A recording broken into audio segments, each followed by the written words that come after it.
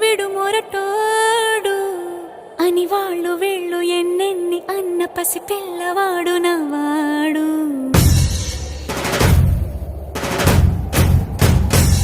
విడు ముండోడు అని ఊరు వాడ అనుకున్న గాని మహారాజు నాకు నా